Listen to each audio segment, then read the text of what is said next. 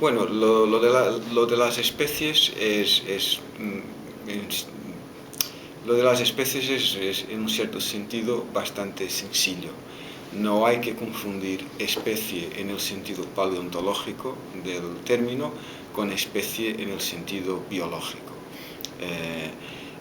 Por especie en el sentido biológico entendemos poblaciones que se encuentran aisladas reproductivamente, es decir, el cruce entre ellas no es posible, o cuando es posible genera individuos estériles y por lo tanto la cosa no tiene continuidad.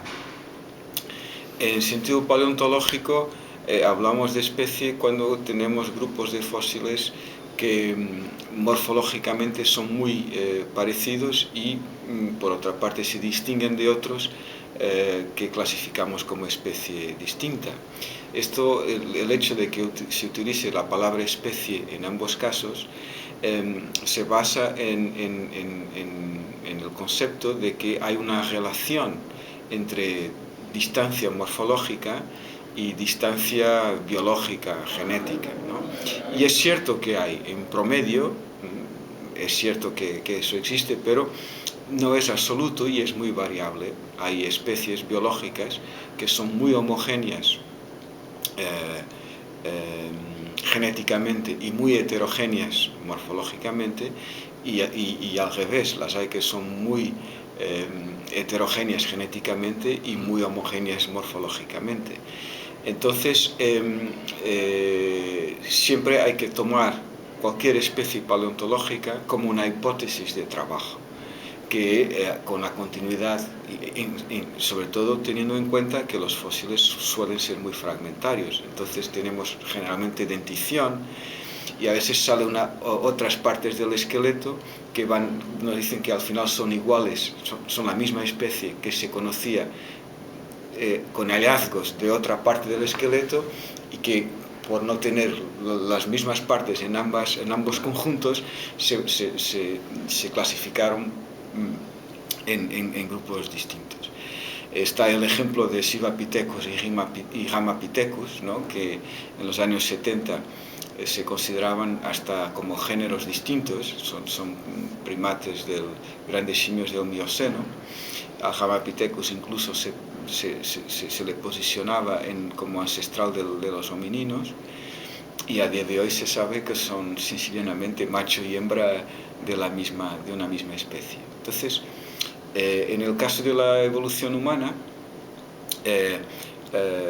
hay también que tener en cuenta que el espacio de tiempo con el que estamos trabajando es muy corto, y esto ha sido estudiado para linajes de mamíferos, y es biológicamente imposible que para un primate como un hominino, es decir, con 50, 60, 70 kilos de peso, intervalos generacionales de 15 a 20 años, se produzca un aislamiento reproductivo generando especiación en el sentido biológico en menos de 6-7 millones de años. Entonces no hay tiempo como para que puedan haber surgido especies en el sentido biológico del término distintas en la evolución humana.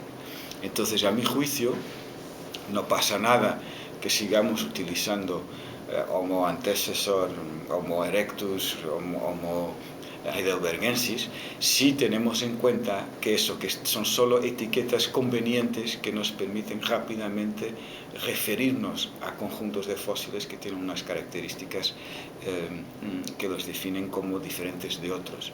Pero eso no quiere decir que sean especies biológicas en el sentido estricto del término. A mi juicio, en la evolución humana, lo que tenemos es la diferenciación del género hace unos 2 millones de años, con Homo erectus o ergaster, llámenle como quieran, y a partir de ahí, pues una evolución en el sentido darwiniano, es decir, transformación del ancestro en descendiente, de Homo erectus a Homo sapiens, con cambios a lo largo del tiempo, y variación geográfica sincrónica, es decir, fósiles que en África hace 500.000 años no son exactamente iguales a los que tenemos en Europa y que por lo tanto se puede justificar darle una etiqueta paleontológica distinta, pero no más que eso. Y claro, si nos equivocamos y leemos, entendemos esa palabra especie de una forma equivocada, terminamos planteándonos falsas cuestiones, como por ejemplo la cuestión de si Homo sapiens y Homo neanderthalensis son especies diferentes, ¿cómo es que han podido cruzarse? Es que de entrada no lo son. Entonces el problema ni siquiera no existe de entrada. Es normal que cuando encontramos restos paleontológicos de la época del contacto o ligeramente posteriores a la época del contacto, que estén rasgos de los neandertales, si estamos hablando de Europa. Es normal, es esperable, como es esperable que cuando se analiza el genoma de la humanidad actual se encuentre la huella de esa contribución neandertal.